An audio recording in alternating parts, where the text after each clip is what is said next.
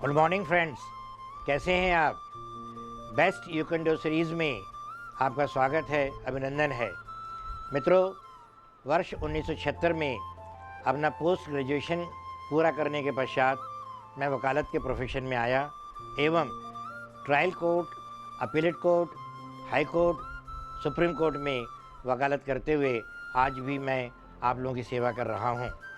मित्रों, 1981 में मैंने लाइनिज़म ज्वाइन की एवं 1987 में क्लब सेक्रेटरी, 1990 में क्लब अध्यक्ष तथा वर्ष 2003-04 में डिस्ट्रिक्ट 323C, जो कि वर्तमान में डिस्ट्रिक्ट 3233C के नाम से जाना जाता है, जिसके अंतर्गत न केवल संपूर्ण छत्तीसगढ़ वरन संपूर्ण महाकौशल, विंध्य प्रदेश एवं बुंदेलखंड के कुछ ज़िले शामिल हैं, जिनके 80 क्लब के माध्यम से 2800 लायन साथी सेवा कर रहे हैं।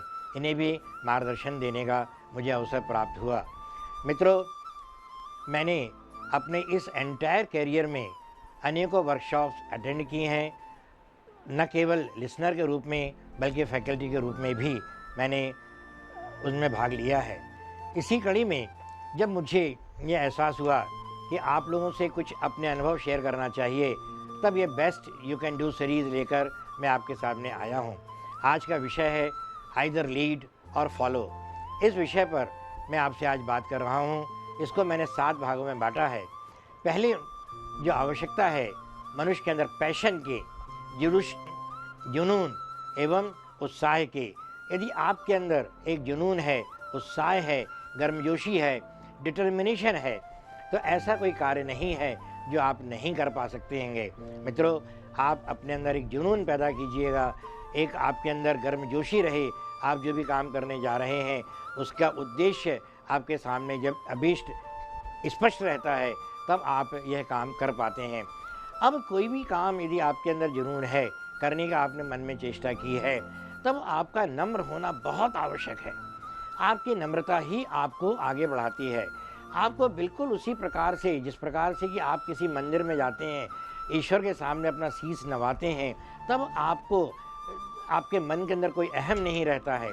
आपके घर में, आपके व्यापार में, आपके सामाजिक संगठनों में ये अहम क्यों आ जाता है, जो कि आपको अपनी ऊंचाइयों को प्राप्त नहीं करने देता है। अतः आप हमेशा नम्र बनिए, नम्र रहिए, और जब आप नम्र रहेंगे तब आपके अंदर एक पॉजिटिव विचारधारा आएगी। पॉजिटिव यानी रचनात्मक विचारधारा से आप काम करते हैं, और इस रचनात्मक विचारधारा के अंदर आपके मन के अंदर जब नए नए विचार आते हैं, तब आपके विचारों को समाज के द्वारा, परिवार के द्वारा, व्यापार में स्वीकार किया जाता है। आप देखेंगे कि किस प्रकार से कबाड़ से लोग अपने ड्राइंग रूम के अंदर बहुत सारी अच्छी प्रदर्शित होने वाली वस्तुएं बनाते हैं। आफ्टर ऑल ये सब उनकी रचनात्मकता का ही तो प्रभाव है।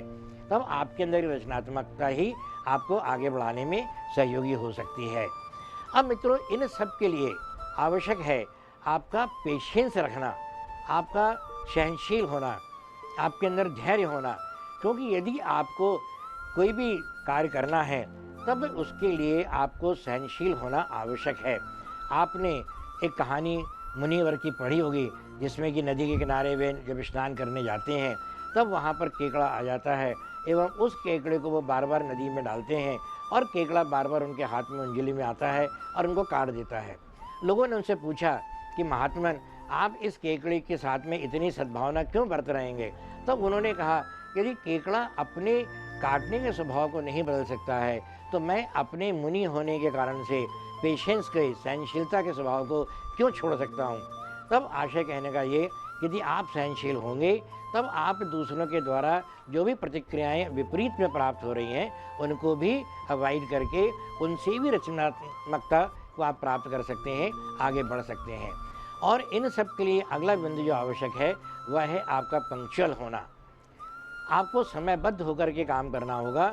आपको जो भी काम दिया गया है, जिसकी जो टाइम फ्रेम दिया गया है, उसके पहले वो काम कैसे कंप्लीट हो जाए, इस तरफ आपको ध्यान देना चाहिए।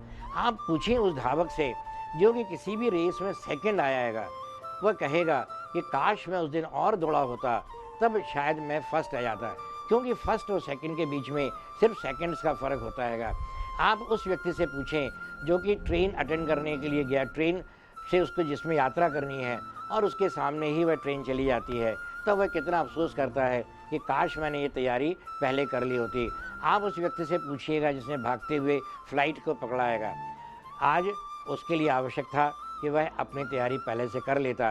तो आपके अंदर एक पंक्चुअलिटी का होना बहुत आवश्यक है। आपको जो समय निश्चित किया गया है उस समय से आपकी तैयारी पूरी हो जाना चाहिए। आपको दौड़ते भागते हुए कोई काम करने की आवश्यकता नहीं होनी चाहिए। अब आप देखेंगे कि यह सब करने के लिए आवश्यक है आपके मन के अंदर जो भाव आ रहेंगे वो बहुत प्रिसाइज हों, त्रुटिहीन हों। उनके अंदर आपकी रिसर्च वर्क पहले से हो चुकी होना चाहिएगा।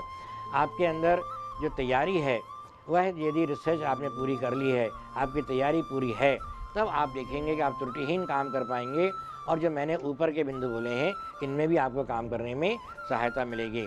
और मित्रों, अगली जो आवश्यकता है वह है इन सब चीज़ों के ऊपर आपको प्रैक्टिस करने की।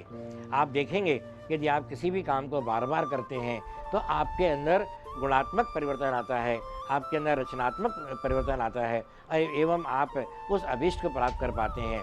तब मैं तो यही कहूँगा कि आप प्रैक्टिस करें। और प्रैक्टिस का आशय क्या है? प्रैक्टिस, प्रैक्टिस एवं प्रैक्टिस। हमेशा आप प्रैक्टिस को तवज्जो दें, इसमें आगे बढ़ें। तो मित्रों, आज आप लीडर बनने की तरफ आगे बढ़ रहे हैं।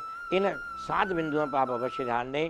अभी तक आप फॉलोअर थे, किंतु आज से आप लीड करना शुरू करेंगे और आपके फॉलोअर्स बनेंगे। ये शुभकामनाएं आपके साथ हैं। मित्रों, आगे बढ़ें। बेस्ट यू कैन डू के अंदर फिर आपसे भेंट होगी। जय हिंद, जय भारत।